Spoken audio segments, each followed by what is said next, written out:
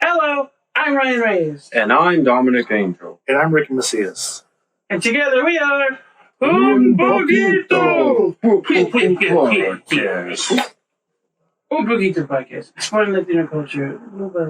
What's up, fool? How do we do it with Martin? Do you do the what's up, fool when you? So with Felipe, we say "What's Up, Fool" podcast, and then we have another podcast. Me and my friend, who's on the What's Up, Fool podcast. Rodrigo, right? It's called "It's Not Ready, Bros." So we say "It's not ready, bros," and we take shots. Oh shit! It's not ready, bros. It's not ready, bro. Ryan's not ready. It's not ready, bros. Oh, Ryan's is gonna open. Welcome everybody, Martin Rizo, hilarious comedian. Guys, listen. This morning was a bit of a kerfuffle. Kerfuffle. It was a kerfuffle, dog. Stay on that white. I'm really excited that we have Martin here, but dog, you fucked up my home. I'm sorry. I know I fucked up everything because you messaged me and I'm like, oh yeah, and I just on Sunday, so I for some reason I assumed it was this Sunday, and I was ready. It's funny because even I thought I was late. Like, oh fuck, dude, they're gonna be mad, dude. I'm on because so I've been helping my landlord with some stuff in the house, like in the backyard, like. My landlord's like an old, he's a 70-something-year-old Armenian guy. Okay. And he's still trying to, construct stuff in the back at his old age. So, he hires me to help him, which, what's it called? It's a lot of work, bro. It's a lot of manual labor, dude. So, today I was doing some, I guess he wants to build a greenhouse in the back. So we've been digging out the fuck, dude. So, you just been digging a ditch all morning and then you hit me up? Yeah, dude. Oh, shit. So I took, a little bird bath with baby wipes. Cleaned it up, and then I'm like, I thought that was late. And then you're like, no, it's next week. I'm like, oh, bro. That's pretty clever, though. What? Like that he hires you and he's your landlord? Because then he gets his money back. Yeah, because he pays me, and then I'm like, well, I'm gonna give this. Yeah, you're right. I'm gonna give it back to him. So yeah, it's funny because this other day, oh my gosh, we hauled some heavy. You're working for this fool for free, dude. You found a loophole. The following week, he's like, "Do you have my rent? I know you have it. I know you have it. I gave you money, bro. I know you have it." Yeah, so basically it's the same thing. When you're little, you thought you were losing blood. You drink it, you're not gonna lose blood. Yeah, that's so funny. Just core memories, just fucking sucking my thumb. That's so funny. Yeah, you cut your thumb and you're drinking the blood. Yeah. But it makes sense, absolutely. drinking the blood, but in reality, you're digesting the blood, so it's not really. Yeah, and then you find out that actually causes stomach problems. Does it really? Yeah, like blood, raw blood, doesn't it? Doesn't it? I don't know how you ran into this. I'm concerned now, but no, I have no idea. I'm not drinking gallons of blood. I was thinking it's you just fell for a different conspiracy, like how kids think swallowing watermelon seeds will make them grow in their stomach. Oh, I so you thought that's how babies were made? Is to swallow blood from your thumb? I thought stuff like that when I was little. Did you ever have irrational fears when you were a kid? You know how John Mulaney has the bit about quicksand he thought quicksand was going to be a lot bigger deal. Dude, ever since I was a kid, I was always I don't know if it's just watching a bunch of Chicano movies, but I was ready to go to jail, dude. You're ready. You're fucking. I knew who I was gonna who to go to and what how to survive in jail. Packing your bag. Yeah, how to make a shank and all that shit. How did you make your shank? The obvious one is the toothbrush, right? I'm a kid. My dumbass went straight for paper mache. Nobody's thinking of how are you? Because first of all, okay, we might get in trouble for this, but the toothbrush one is the hardest one because you have to melt it first and then shave it down. The easiest one is a wooden stick. But but you can't take stuff unless it's a popsicle stick. Can you? Do they give the prisoners ice cream? My knowledge of prison ends and begins with how to make a shiv. I don't know. I don't know what. That's all I need to know. That's all I need to know. That's how I'm getting by.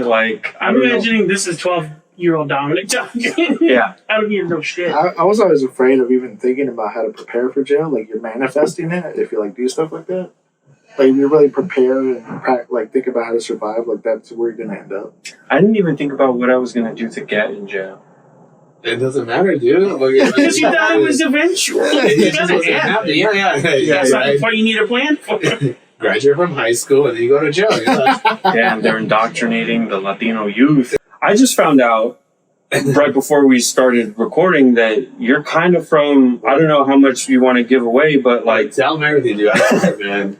here's the I just love my landlord. Here you go. Money that doesn't exist anymore from like the Soviet Union. What the fuck, dude? But I found out you're from Norwalk. No, I live in Norwalk now. Oh, okay. I've been in Norwalk for 3 years. Okay. Yeah, but I'm originally from Boyle Heights. I was born in Boyle Heights. Oh, okay. All right. That's what I thought. Yeah. I got I get really excited whenever I find out somebody is from like Norwalk? from Norwalk. Dude, Imperial Boulevard, dog. Yeah, I'm like Norwalk all over. No, I don't know what that was supposed to be. Everybody knows what it was supposed to be. We're not going to talk about it. But I get excited when I find out like somebody's from like outside of LA. So like you kind of let me down right now. But... I'm sorry. Okay, so you're from Boyle Heights. Yeah. The Heights of Boyle. The Heights of Boyle. BH, bro. Not Beverly Hills, but Boyle Heights. I had a bunch of homies from Boyle Heights for a minute. We just don't talk anymore. They got gentrified out of that neighborhood. Gangs. That's like the only fucking gangs couldn't defeat gentrification, bro. You know, it's crazy out there, dude. What are your thoughts? You could give an honest answer or a jokey answer on gentrification. What are your thoughts? I remember when it first started happening, dude. Like, I mean, it's been around for a long time, but like the late 2000s, I saw it a lot, like in, Echo Park. Because my mom, when she first came from Mexico, they all ended up in Echo Park, like back in the late 70s, early 80s. And then seeing all that stuff happen, and I remember telling my mom, like, oh yeah, I'm gonna go to a bar in Boyle Heights. I mean, in Echo Park. Like, what are you doing? It's bad out there. It's insane. Why? Not knowing that, like, it was different. Right. And I remember, like, we'd be driving somewhere to go get something to eat, and I'd be like, trust me, there's white people now, man. And then we'd be driving, there'd be no white people in the daytime because they're sleeping until like 5 p.m. and then it's like, oh, you just see nothing but like Mexicans like on Sunset Boulevard, And then like at 5 p.m. that's like, like when the white people come out and their little computers, right. outside of a coffee shop, That's so funny because I remember we used to. Did you ever go to the Pipe Mic in Eagle Rock? Vince Caldera. Yeah. You remember that? It was outdoor. Yeah. Rest in peace. Pipe Mic. The Pipe Boys are still alive. Shout out. It was in Eagle Rock, right? And then it was kind of the opposite of what you're talking about, where like some white dude had just moved around. It's a bunch of Latinos at this mic, and I mean, there's white comics there. It was a great mic. Yeah. So people were coming, but there was this guy that went up, and he was like, "Oh yeah, I just moved to Eagle Rock. I just moved there. I actually live across the street." And he's like, Eagle Rock's like a nice place, yeah, like it's kind of a nice neighborhood, but for some reason at night it just turns to shit. And I was like, why? Because all the brown people come home from work, like, everybody that's in the city, like in the neighborhood at that time is like all the white people that are gentrifying the area, and because I mean. That's what's crazy about people moving to a place is they don't understand the demographics. They don't know where they're at, bro. It's just like the same thing. Like I remember like seeing like these people walking like little dogs like at nighttime. I'm like, what are you guys doing? It's the hood, bro. But even before the arts district became like all nice and clean, it was just like it was bad, dude. It was I remember just being like, what do you guys know where you're at? It's like it's crazy, dude. So yeah. Sorry, no, because you mentioned the arts district, and that reminded me of like these times where we'd be invited to these like hidden. The arts district is weird because there's this like section of it where it's a bunch of like industrial buildings that have been converted into like gastro brew, like high-end restaurants and stuff like that. So it'd be weird. You'd be driving through these like camps of homeless people, and then at the center, and I was like, I bet you they feel like it's like a treasure hunt. Like they get to wade through all of this poverty to find their like hidden treasure at the end. Some artisanal ice cream, Yeah. Imported whiskey and scotch. But you know what's crazy? So I don't know how old you guys are, but I remember back in like the day, there used to be in that area, the arts district, where the Angel Brewing. Yeah. Back in the day, it used to be Crazy Gideon's. I don't know that. Crazy Gideon's was like this. It was like an outlet electronics store, and this guy would make his commercials would only come out late at night. It'd be like it must be like a Russian guy, right? And then the commercials would come like at 1 in the morning, 2 in the morning, and then every the plot of the commercials was that his prices were so crazy and low that they would always try and put him like in a straight jacket. They would try to take him to the mental hospital because his prices were too crazy low. My name is Crazy Gideons. My prices are too low. Refrigerator, VCR, $100. Not today. Is $50. And then there'd be like hot nurses trying to take him to the hospital because like I mean like it makes sense. You know, he's putting the business out of putting his business out of business. It sounds like it was just a front for like a strip club. For real, dude.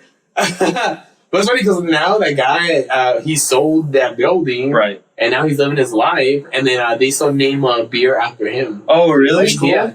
So if you find the commercials online, they are hilarious, dude. Crazy Gideons. Was it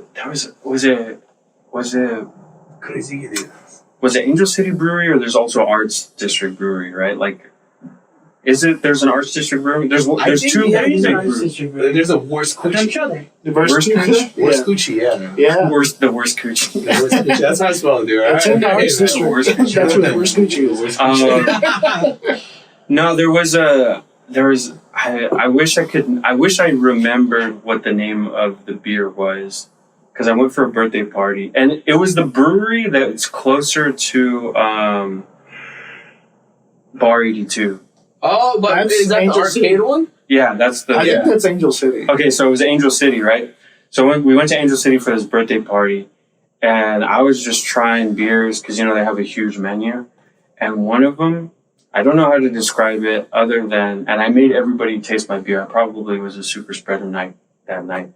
Because I was like, every time I took a drink, I was like, yo, this beer tastes like Chuck E. Cheese.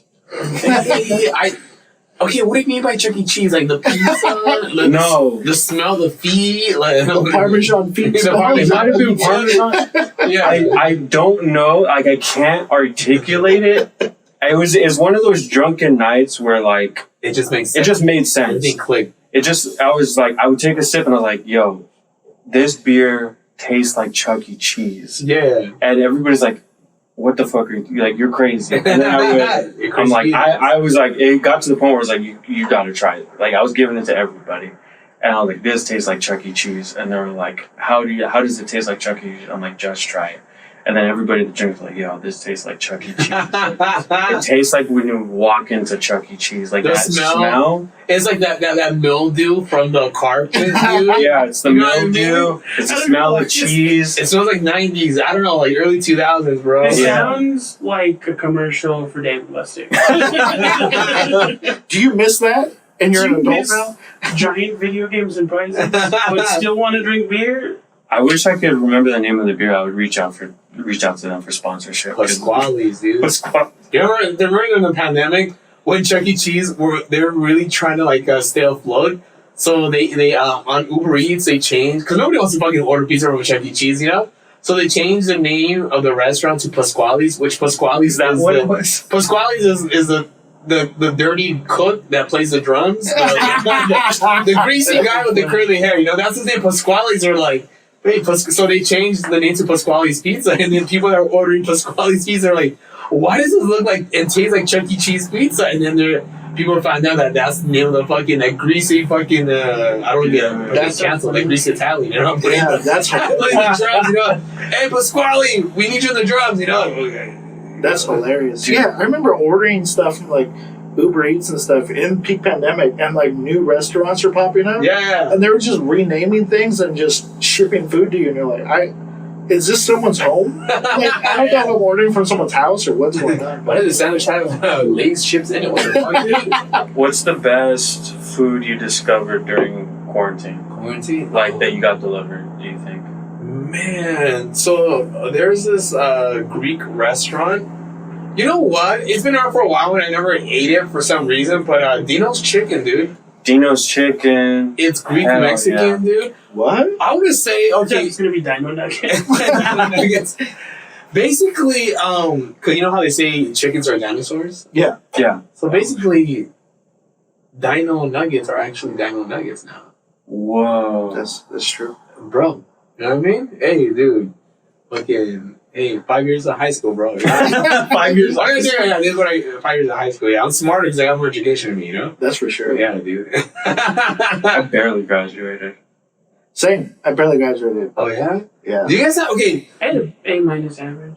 that's Damn. good. Yeah, we were Autistic. autistic. You don't want to say. So are you? What? Yeah, but What's your excuse? I just found out like 2 seconds ago that I'm That autistic. didn't stop you from being autistic then. Yeah, you're just not as good at it. Yeah. What were you gonna say? Do you guys ever have dreams? Because I'm in my No. 30s. I'm giving it out right after. Do you guys ever have dreams that you're still trying to graduate from high school? I've had That you're like fucking.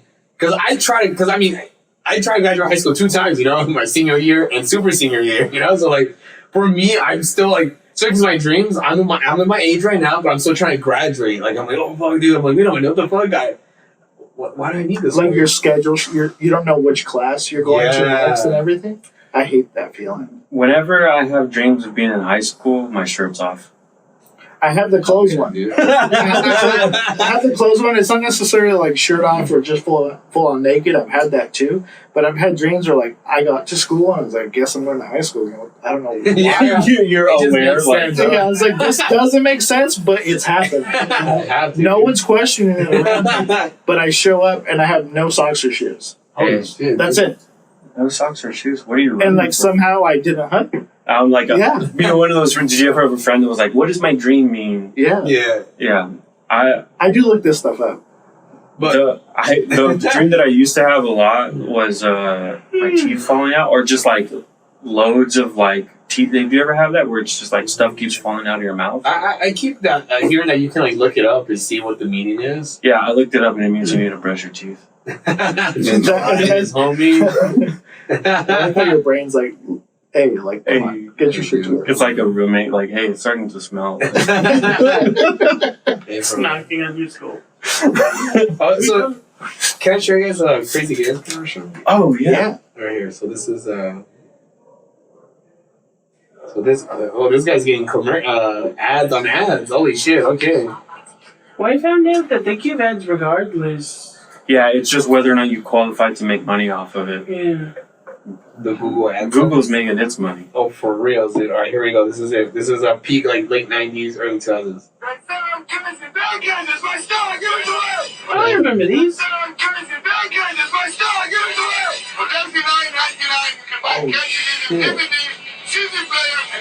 Does that look like Charles Mosley? And I'm giving us the way. 27 inch, 189. Yes, you want me to smile? How should I smile? That's crazy. I love how, like, behind these guys, there's a guy that, like, could have been on SNL. Except he only has one character. Downtown LA. So yeah, he's putting the business out of business. You know, like, hey, dude. That's wild. I do like, because, like, we are, like, I at least remember, like, the jingles of all these like, commercials. Yeah. Do you guys remember the Jack Steffen plumber? Jack Steffen. That's No. 80. No, I'm confusing 2 commercials now. 80. But I remember the late night dealership guy. Remember that guy? He had 2 tigers. Oh, is it Go See Cow? I think so. Go See Cow. Go See Cow. Go See Cow. And, There's a band called Pussy Cow because Because it sounds like Pussy Cow. Dude, yeah. There's like this rockabilly punk band called Pussy Cow that's from like Orange County. That They saw those commercials for sure. yeah, for sure. That's crazy. So that guy passed away and his son took over the Cal commercial? Northington. Cal Northington. Wow, I didn't dude. even think about that. It all makes Yeah. sense. What was his now. catchphrase? My dad's dead. Oh, no, so Cal Northington Sr. passed away. Cal Northington Jr. took over. But I remember watching the first commercials after he passed, and they was like, everyone remembers my dad. and then he would try to do it, but he was They would show commercials, right? Like, yeah, so he was so bland that after a while they cut his commercial in half. So it was just you guys remember my dad, and then they would just play the old commercials. And then like 2 years ago, they brought him back, and someone had to have talked to this guy because now he Energetic. does it way. Yeah, he's all like, "I'm Cal Northington Jr." and then he's like all over the place. It's really funny. Shout out to Cal Northington, man. Yeah. Where is Cal Northington? I didn't say the word. Cal Northington. It's in Orange County, I believe. Yeah. Because there was also another commercial. What's it called? Cereals Auto Square. These are all daytime commercials too, right? Absolutely. Norm Reeves Honda, you guys remember that one? Super Yeah. store. Super prices, super selections. All right, this was my favorite one. Was Dashers. Wait, Dashers. Bro, I haven't thought of that commercial in like almost 20 years. Dashers. What was that for? It was car insurance, auto insurance. There was and then my favorite one was the commercial for Solo. Oh. Because it was two guys that got into a car accident on their way to work, and it was just like They kissed. they're standing out. There's like standing outside, and then he's like, I forgot. One of the guys asking for insurance, and then the other guy goes, "I have no auto insurance." And he goes, "Why don't you have auto insurance? Auto insurance is so expensive. Get Solo." Oh, I remember that. Wow.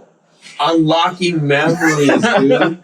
Dude, I love the survival ones though. Oh yeah, Survival. They're really creative. They never made it as big as Geico, but I remember the one where the guy is driving. It seems like a hot chick, you know. no, he's Oh yeah, he's hitchhiking in the desert, and like this is a hottie in a red convertible, like horny hottie too, Yeah. dude. yeah. I mean, she was right. What do you want me to say? She was horny as fuck. Yeah, because you want, dude. And that guy was pretty good looking too, bro. Like I remember, like it was like Wrangler jeans, bro. Yeah. Powder blue jeans, dude. Yeah. And then what does he ask? She goes, "Need a ride?" And he goes, are you insured?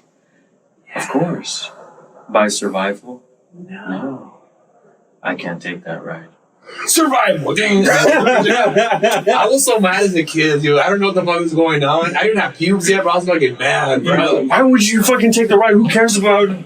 Yeah. We had a friend in high school, or after high school, like, who would do that bit. Every time my friend tried to give him a ride, and he didn't have a car. But he would continue to do that bit. I'm like, bro, you're not going to continue to get a ride if you keep doing that bit. That's hilarious. So I don't know if you guys remember, but like at Cereals Auto Square, they used to have Ernest. Oh, Ernest. Ernest? From Ernest. From Ernest. Yeah, I'm sure he knows From Ernest. the Ernest movies. Ernest goes to blank. Yeah. So That's Ernest. how they started his commercials. Yeah. So so the guy who played him, really good actor, bro. There's a Cool Mini documentary. Jim Varney. Yeah. Yeah. Jim Varney. Jim Varney's. Bro, stand-up comedian. Really? Yeah, so he died very young, dude, because of cancer. Right, he smoked a lot of cigarettes. So the way Ernest was created was through a commercial agency. They just needed, like some kind of face to put for all these different kind of commercials. So that's why he would do so many different commercials, because it was an agency that would just throw this character out to all these guys. Oh. And that character got so popular because it was him pretty much knowing his neighbor. Hey, Vern, remember? He was Yeah. Hey, Vern, and it was the point of view of the neighbor that was just so annoyed by him. So it got so popular that they gave him movies. Ernest Saves Christmas, Ernest Goes to Camp, and that's how that character started. Yeah, dude. That's cool. Yes, but Slink in Toy Story. Yeah! That was him? That was him. Yeah, Jim Varney, yeah. Allegedly, that's how Doug, the cartoon Doug, got started too. It was a grape juice commercial. Really? Yeah, something like that. That's what I read on the internet. I don't know if it's true. Quail Man loves Welch's. Quell and Patty Mayonnaise, dude. Yeah, the hots for Patty Mayonnaise. Dude, I thought Patty Mayonnaise was hot, dude. I liked her voice. Whoever did the voice acting for Patty Mayonnaise, I just love a grizzled 40-year-old woman that smokes a lot. Is that her voice, kind of? Patty but that was her voice, but a young version. Oh, a young version. We asked You him, we mentioned brought it- up the wrong topic. This fool's all into voice acting and stuff, so he's like, now he has to know the name. I got it. Yeah, you have to find out. Yeah. Because I know that I know. While Ryan's looking that up, how long have you been doing comedy? A long time. when, Too long. Honestly, yeah. Same. I'm just like fucking. how did you get started? Oh, You got started in Boyle Heights? No, I started in 2008, man. That's a Oh, long time. shit. Yeah, dude. Like, Wait, how old are you? what's I'm the- 31. I'm 34. 34. Yay! Hell yeah, dude. Yeah. So you started like really young. Yeah, You started like- 17. You started with 19, right? I started like 18. I remember it was like I graduated high school, and I was writing jokes in high school. I was like, you know what? I want to do a comedy. That's what we're. So then I started writing jokes in high school, and I found open mics. So the Laugh Factory was my first open mic. Oh, shit. Yeah, I bombed fucking bad, dude. Because the thing about it, you gotta think about it, man. Like, I just went up there and I just didn't know the feeling of being on the stage. I don't know the feeling of being, telling jokes. So it was just all brand new. So I sucked, but the little bit of laughter I got, it kind of just inspired me to keep going. So, That's cool. Yeah. Because I don't know if you were the same, because it took me a bit longer to start. Like, I started like at, like 24. So like I've been doing it for like 10 years. Mhm. And I remember in high school, I had a notebook.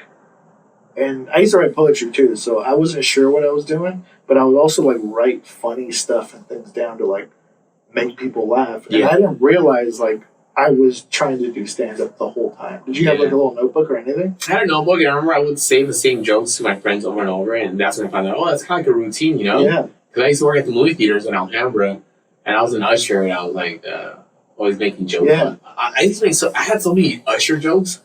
So, I mean, not the singer, but like being an usher at the Uh-huh. movie theaters, which I'm like, I cannot say these. Like they will not translate well. Yeah. I see. Oh, like in person?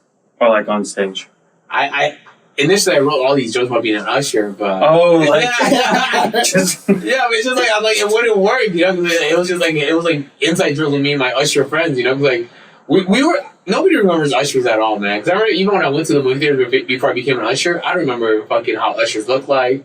We went in there, we cleaned the movie theaters, and we were kind of like if we were in Titanic, we would have been the guys that would have died first, you know. We're like the people, The guys in the yeah. subway. Yeah. Yeah, I remember I had friends that worked at the movie theater, and they used to just talk about. They used to have a running joke. I forgot what it was, but they used to just talk about like cleaning and then putting their hands into the drink holster Yeah. and like dipping their fingers into cups of cheese and shit because like people are nasty. It was disgusting, dude. Yeah. I talked about this a while back, but I used to work for this agency that was like not usher but like cleaning crew for like stadiums and shit. Like we used to do the cleanup afterwards. Dog. Gaming events, gamers, disgusting. Believe the hype, stereotype those fools. Like there was a gaming convention like Call of Duty or like it was a Fortnite convention in a stadium at USC, whatever that theater is called. Yeah, dude, people are fucking nasty. I hate all of them. I'll write off all fucking Fortnite players because of this. But dude, it was just like stuff half eaten, food all over the floor, Mountain Dew of. Fuck Mountain Dew. First of all. Dude, it kills sperm, first of all. Dude. I learned that when I was 6. I haven't touched Mountain Dew since. Yeah, dude. Stay away from Yellow 6.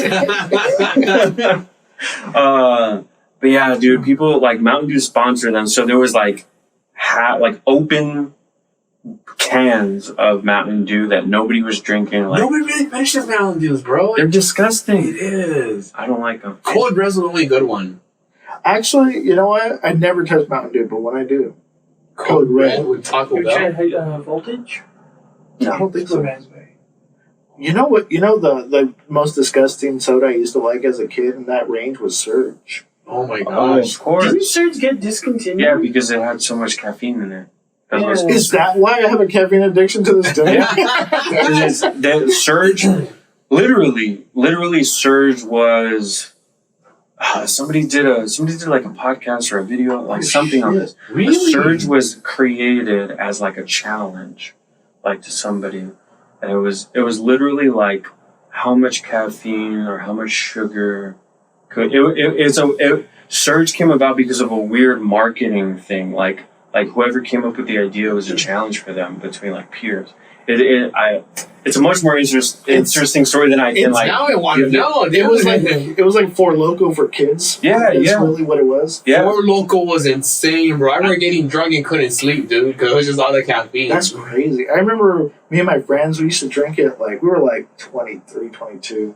And one time we each tried to drink 2 in one night. No. Yeah.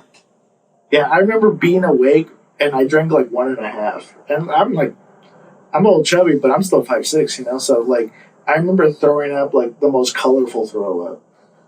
Like it was like I was spewing gamer fuel. Like it was crazy. I didn't start drinking Four Loko until after they took the caffeine out. Oh. You know what's funny? That shit fucks you up, bro. I used to be part of like this film program for like what? Oh, I thought you were talking about that program. This is Chicano Batman shirt. Oh. I don't know why it reminds me of the inner city. It has nothing to do with that. Literally nothing.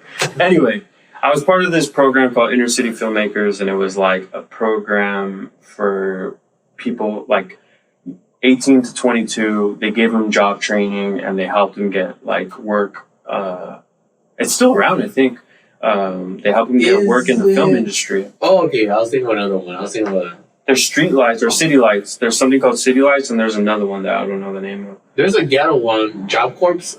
Oh, Job. I don't know why I think about Job Those Corps. flyers in the. I had friends that worked for Job Corps. What's Yeah, that for? Job Corps for kids that went to continuation school. Yeah. I had a buddy going to, yeah. And they actually got good jobs too. No, yeah. My cousin went there, and he actually now he got a job for what's it called, the fuck is that Elon Musk. SpaceX, yeah. No, that's what I'm saying. Like, people shit on. Let me say this about Job Corps, okay? Because in high school, listen, if you're young and like people are shitting, get into fucking Job Corps if you can. People shit on people that are in programs like that, but like they put you in trades. And like now I'm fucking 31 years old, and I'm like, I can't get work fucking anywhere because I have no skill set. Like I didn't pick up a trade. I'm like, dog, like. Job Corps really comes through for people, and at such a young age. I got lucky because I ended up in aerospace and stuff for like manufacturing, like CNC machines and stuff. Oh shit! And you could, if you do like job training like stuff, you could end up in those types of like trades where like, yeah, it's still like manufacturing and it's blue collar, but like you can eventually make okay money or good money. Yeah, you got to push yourself, but yeah. So that's going to be my advice for younger people is to learn a fucking trade. Just go through a program and learn a trade. You can do whatever you want afterward. Yeah. Do a trade. I mean, be careful with trades. Look into them. But I mean, the programs. Look into the that's programs. Like only 2 years? That's it, right? Yeah. Go to fucking LA Trade Tech. LA Trade Tech, that's a good one there, dude. Yeah, right by USC. Yeah. Yeah. You're like putting me in a different gear. I'm like, I have a lot of advice and warnings. This will be for the advice episode. Yeah, maybe a Patreon or something. But no, because I did one. I was just thinking about this the other day for some reason, but like, I do be careful because I used to be desperate for work when I was younger, so I went to like this bartending school, and I was like, when I finished the class, I was like, oh, they just wanted $200. Yeah, like. Did you learn stuff though? I mean, I learned basics, but like after they give you a license, like a bartending license, and then when you're done with it, I started talking to my friends, and they're like, "Yeah, you don't really need a bartending license. Like, you can just get hired. Like, that's funny, dude." So I was like, "Oh, they just wanted $200." But they do teach, like, you do learn a skill. You do learn how to work behind a bar, and you learn how to make like the standard drinks and like how to like make your own drinks and stuff. Like they do teach you stuff. Like it wasn't totally useless, but it was like literally something you could have done. You could have learned. You could have learned from just doing it. From like if you know a bartender or if you just watch videos online. Like you don't need a license. That's funny, dude. Yeah. So there's a lot of stuff like that out there that they just want your $200. Yeah, for sure. I've done that with a comedy class. Oh shit. Yeah, I did do that. What's that dude's name? Greg? Greg. Greg Dean? Is it Greg Dean? From where? No. Where'd you take a class at? Oh, I don't want to give them any shout outs. I mean, you have any promotion? But well, in the defensive comedy classes, it was cool, like, to give you a structure to work towards a show. Like, to learn how to work towards a show is like critical, because like that can help you like learn how to write and how you write. But ultimately, they can't teach you how to write in your style or your voice. So some of it feels like a waste, and they're not cheap. But the one benefit I got was like, you're gonna do this show in 6 weeks. Oh, so shit. then you have this like sense of urgency to like grind and write and revise. That's one thing that I didn't go to college, and like that's Neither like did I, bro. I went to East LA College for a little bit, like a month or 2 months, and then I was like, dude, it's funny because like I was ditching college, but why are you ditching? Why would you ditch? You know, I'm like stupid. That's Dude, what I like did. I'm paying for this shit, dog. You know, Yeah. I would lie to my girl at the time. Oh yeah, you know, I was in school. Yeah, what did you learn? Oh, you know, fucking. Cause I don't know what the fuck I want to do, dude. I took what's it called, acting, and then I took English, and then broadcasting was probably the funnest one, dude. That's cool. Broadcasting was cool, but you could go so far at East Lake College because they didn't have a fucking radio tower, and so it's like they just taught us about broadcasting, but we couldn't broadcast, you know. That's funny. So, Like, yeah. let's keep talking about it. But we can't. But we don't have a radio station here. You Yeah. know? That's so funny, man. Yeah, that's something I was actually curious about with you, because I noticed like sometimes comedians specifically, like, we want to do this thing. You found out you want to do it pretty quick, but like usually we have these like pursuits around comedy, like kind of like you're saying, like acting and, you know, broadcasting and stuff. And I was wondering if you had any like shadow pursuits of like other things you kept doing because you were also a little afraid of this, maybe. Did you have any stuff like that? I mean, no, I didn't have any other skills, dude. So you're like, you actually found this. I don't have Like, any you're other like- skills, dude. Yeah. So just comedy. I started comedy early, so I remember that's why like when I was in college, I didn't care about fucking college, so that's like kind of like I dropped out, you know. And then I just pursued comedy, kind of full time. I had day jobs, Yeah. and that's about it. Yeah. Gotcha. I'm almost, like, honestly, almost a little jealous. Like, it took me like 5 more years to like figure it out. Because I went to 3, I did what you did, but I went to 3 different colleges and just stopped showing up to them. Like, I didn't even drop out properly. I was just like, I'm done. I took an aptitude test, and I got like the perfect score on my aptitude test. So I was like, I don't need to go to college. I didn't even sign up for classes. I was like, I'm good. What college were you supposed to go to? PCC, Pasadena. PCC. Yeah, dude. because they're supposed to have a good film program. That's what I was trying to do. Yeah, they That's do. what I was trying to do when I was like out of high school. Was like do film, like anything film related. That's what I was pursuing, and then fucking all kinds of shit happened in between. Actually, PCC has a stand-up comedy class. Really? Yeah, they do.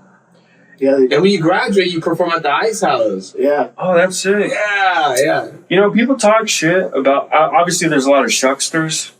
And, like, people talk shit about classes, but we know so many people that like that's how they got started. That's how they Like, got a lot of started. people. I mean, I won't name too many names, but like only because I know she's talked about it openly and she's like very successful. Is Melissa Villasenor? Yeah. Oh yeah, Melissa, she went to PCC. Yeah, she went to Yeah. PCC. Shout out Whittier. She was from Whittier or something, right? Yeah, Yeah. Whittier. Yeah. She worked at fucking. I think isn't that how Tenacious D got started? Was they took a class that was taught by what's that guy's name? He was in the guy from Shawshank. Oh, is that why he's Tim Robbins? Tim Robbins. They took a class from him. He was their acting coach. Whoa. And a teacher. And that's how they met, and then that's why he's in their movie. That's crazy. I always Whoa. wondered why Tim Robbins was in like all of their like in their stuff because I'm That's like cool. Holy Yeah. shit. he's like a super serious actor. And He's then- also from Covina. really? Oh shit. That's wild. Shout out Covina, dog. This is what I'm talking about. Whenever there's anybody that's from fucking Covina? Covina, Norwalk, those are my 2 favorite. Like, no, I'm just kidding. The Green Ranger, he was from Covina. Oh, for real? Really? Yeah. Jason David Frank, rest in peace, dude. Wow. Yeah. That's my better. In his memory. I can only do alpha. That's Invader Zim. Oh, really? Yeah. Oh, crazy. He was Mexican, right, Alpha? I mean, I think so. He's got I like think it two was sombreros. The stacked together. implication, that's why he did that. That's an improvised line that became his catchphrase, but it's because he thought the head looked like his sombrero. So See, I'm not the only one. he was making a joke. Yeah. So They look like two sombreros that are glued together with lights in them. Yeah. I mean, he did play. I mean, he was Mexican. He did play Yeah, he was Invader, who conquested a Mexican's homeland. That was a joke about Invader Zim and Dib being Mexican, but nobody got the context. Dib is Mexican. He was, man. I mean, it was created by Jonan Vasquez, right? Yeah. Yeah. I want to ask you about your comedy. What I did. No, you're cool. No, I just like, how do you, because when we talked to Felipe, and we've talked to a couple other people, I'm always interested for Latino comedians talking about like what kind of, I feel like every Latino comedian has to make a choice of like, are you going to be a Latino comic or are you going to be a non-Latino comic? You know what I mean? Like under the umbrella. Yeah. Right. And I feel like more and more there's such a big market for everybody. Like it doesn't really matter. But like I remember way back, like people were talking about how like at first people were telling you like don't talk about Mexican shit. Yeah. You gotta be broad. Did you experience that? Because you started way early. Yeah, man. I remember when I started.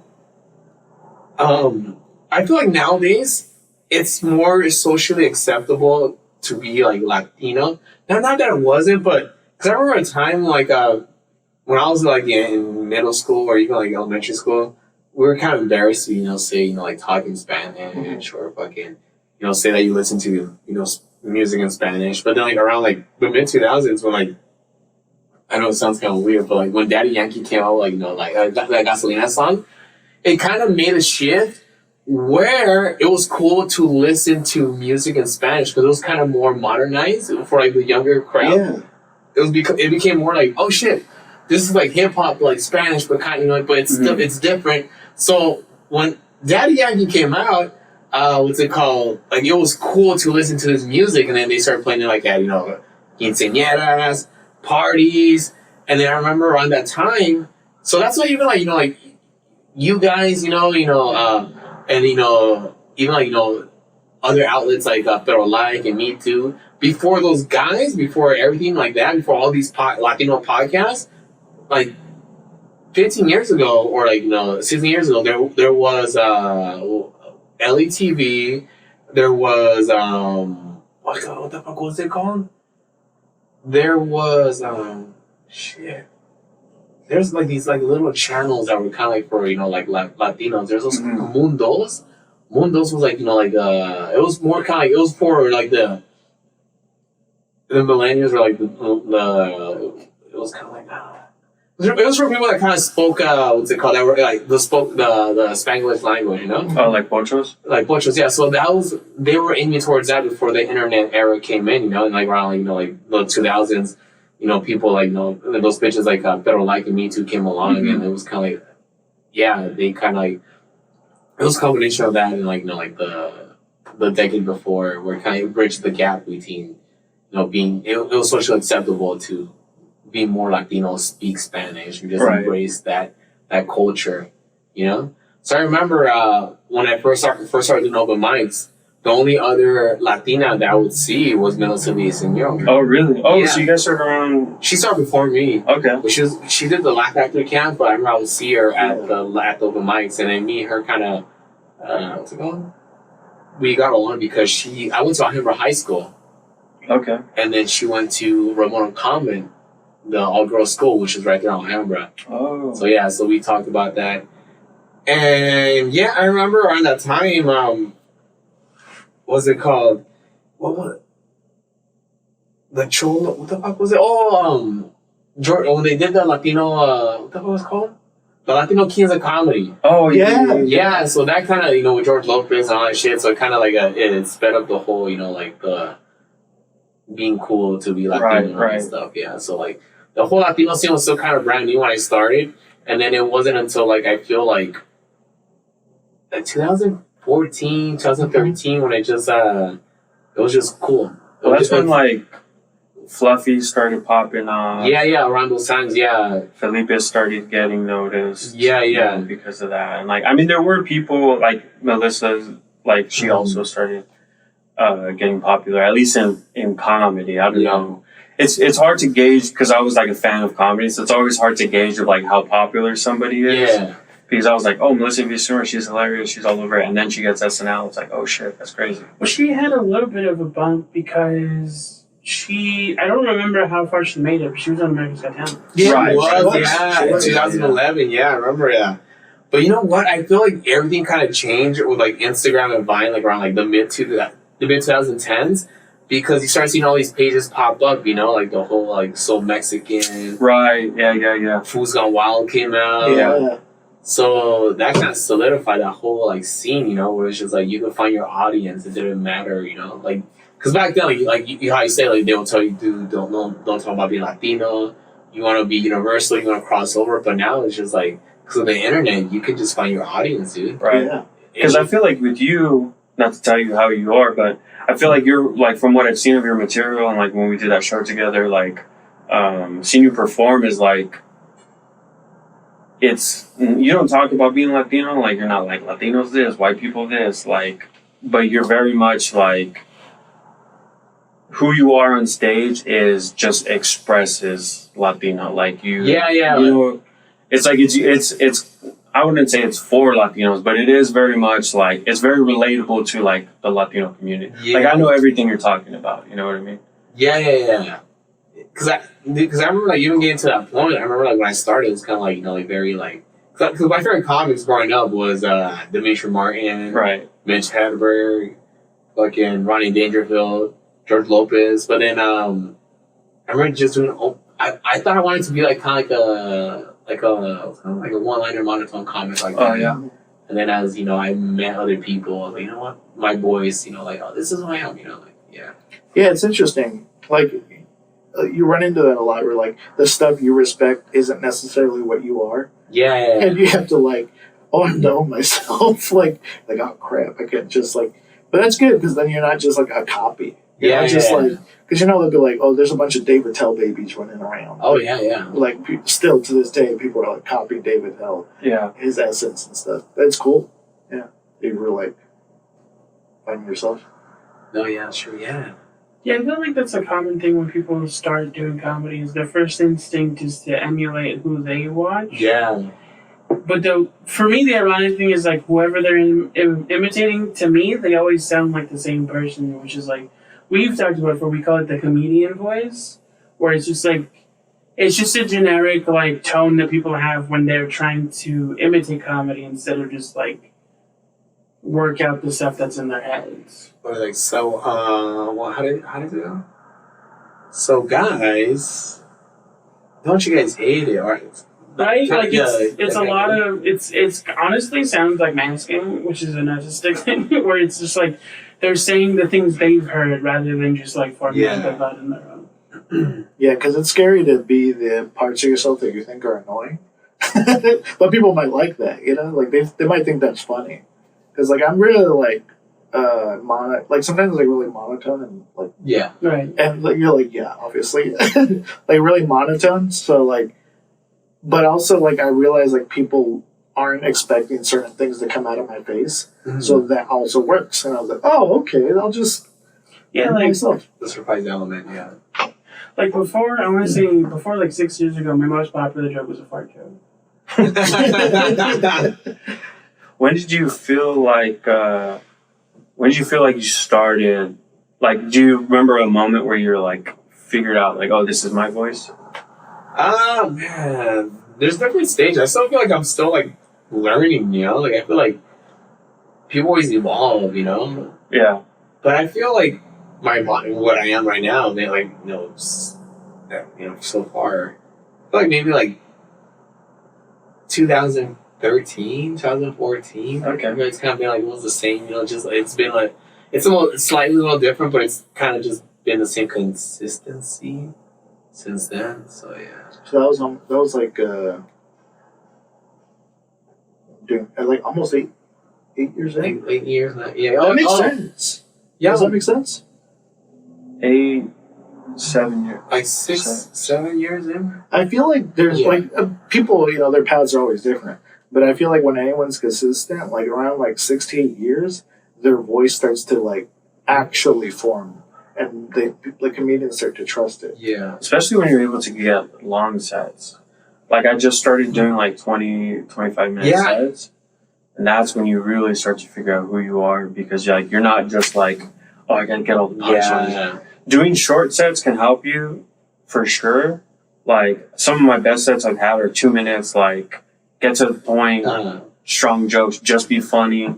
Like you get that, but then like when you get to start doing like you start piecing stuff together, and you're just like getting through like your set list of just like, okay, I gotta get to this, get to this, get to this. Like you're checking them off the list as you're performing. You know anything about personality? Just about you're just thinking about getting the jokes out, and it's working. And then when you start doing long sets and you have breathing room, and you start to be able to like walk around and be yourself and be comfortable, like that's what happened to me the first time I did 25 minutes. I was fucking nervous, and then I think I had gone through 4 jokes, and I was like, dude, only 2 or 3 minutes had passed. Like, you gotta slow it down. And then it's like, start like getting comfortable and start telling it how you really want to tell it. Like, yeah. Yeah.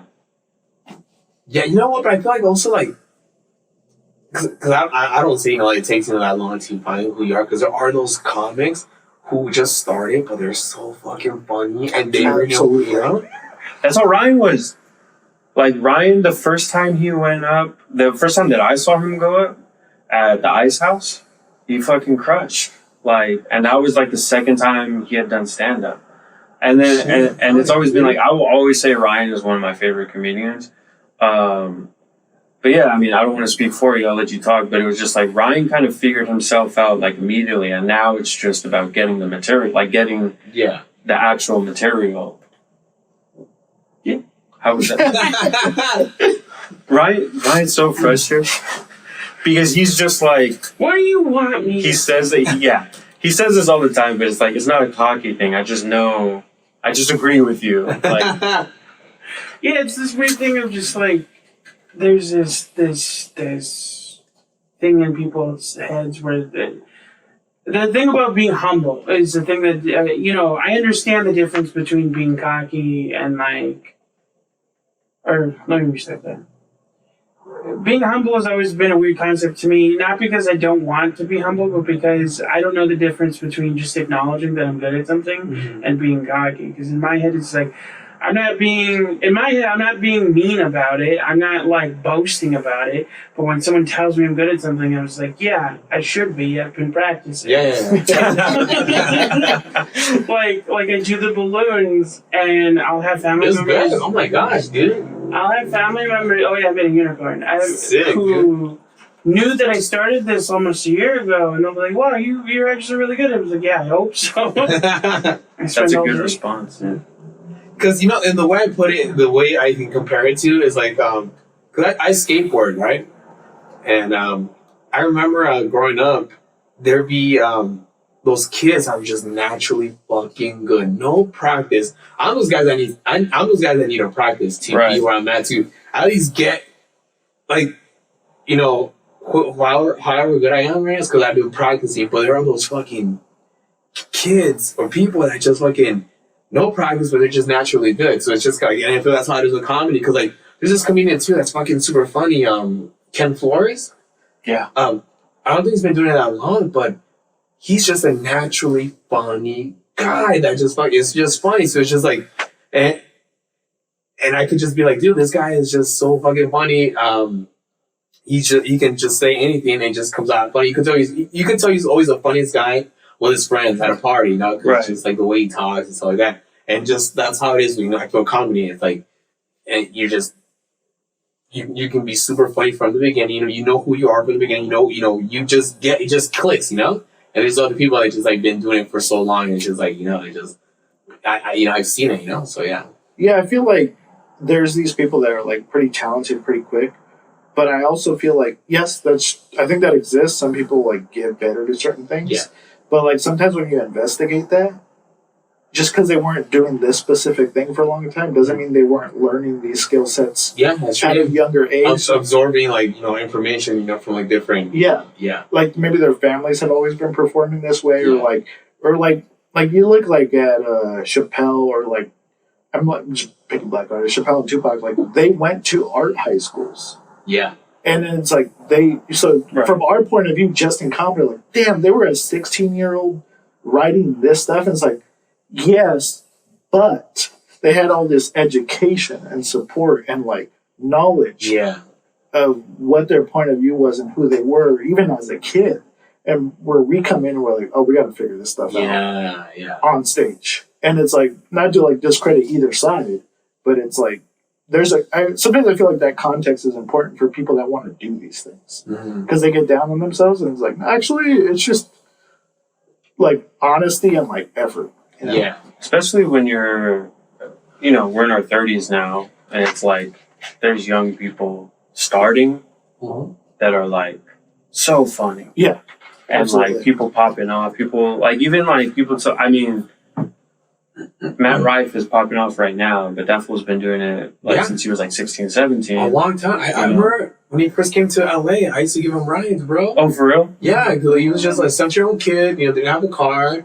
And he would always be at the Laugh Factory every day, And like, it's like some people probably think that he just started, he just came out of nowhere. Nah, he's been fucking putting in work, bro. Yeah. Well, that's what happens. I mean, we talk about it so much. We've talked about it with Saul Trujillo. And with Steve Hernandez and like a bunch of people we've had on the podcast. But it is very much like you keep pushing forward, and that's one piece of advice that I always tell people, especially when they're younger, is like just find a way to stay with it and keep working hard, because it's like when you pop off, it's like flipping a page. Like it really just becomes, this is your story now. Yeah. Like Brian Simpson's like in his late 30s, early 40s, right? I think so. And the same thing, I mean, not to fucking bring, I'm trying to think of people that started late.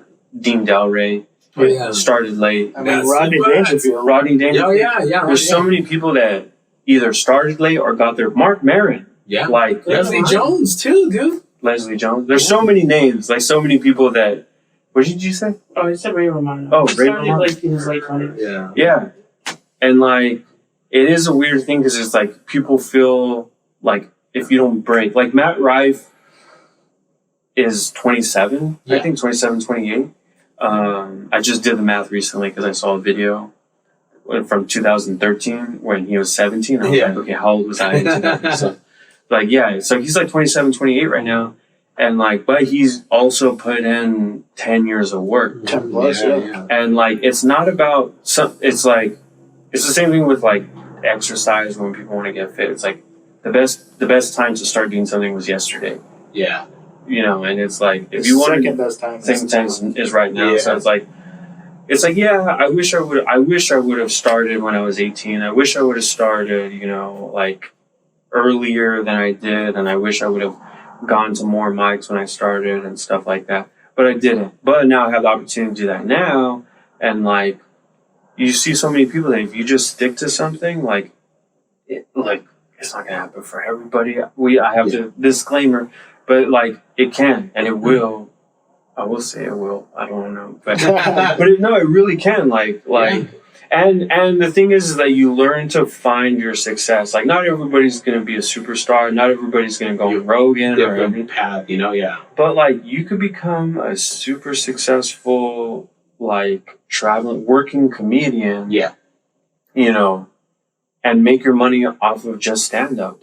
And like a road warrior. Yeah, a road warrior. And like make money and like be successful and like and like do what you love. And like there's a thing where it's like people feel like they have to measure their success and accomplishments. And it's like it's easy for me to say that now because I still feel like even 8 years in, I still feel like I'm at the beginning of my journey.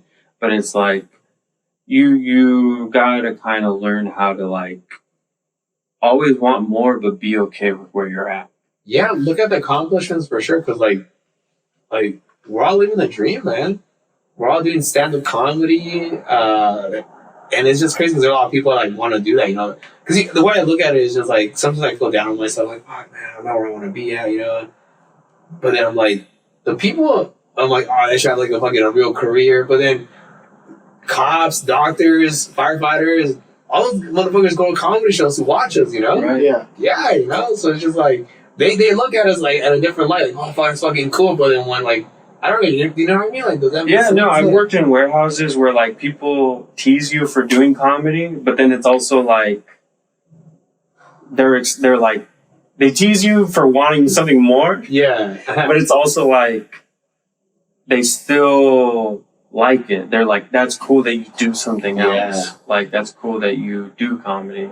Yeah, You know? absolutely. I've dealt with that too. Like some people will judge it, but like low key, some people are like kind of proud of you, and they're not even like that close with you, but some of them will be like, oh, like in another world I would have done something similar. Because like I've had coworkers that were into music, and then they were like could have pushed, but you know they made their choices. They have a family and they're happy with that, but low key they're a little curious. Yeah. Like, also, how's that going? Yeah. Yeah. But also, if you like, for you, like, just thinking like, if you were to tell your 18-year-old self that where you were at today, Oh yeah.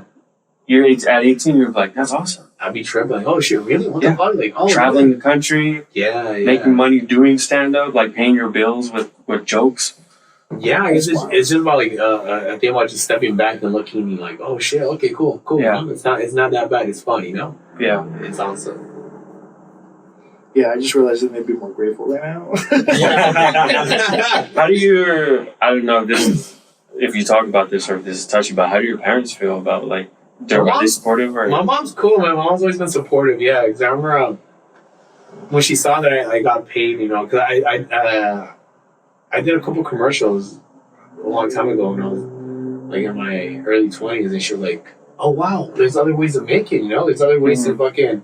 So then my mom, she actually she made money. She actually became kind of like a YouTube star. She made money on YouTube.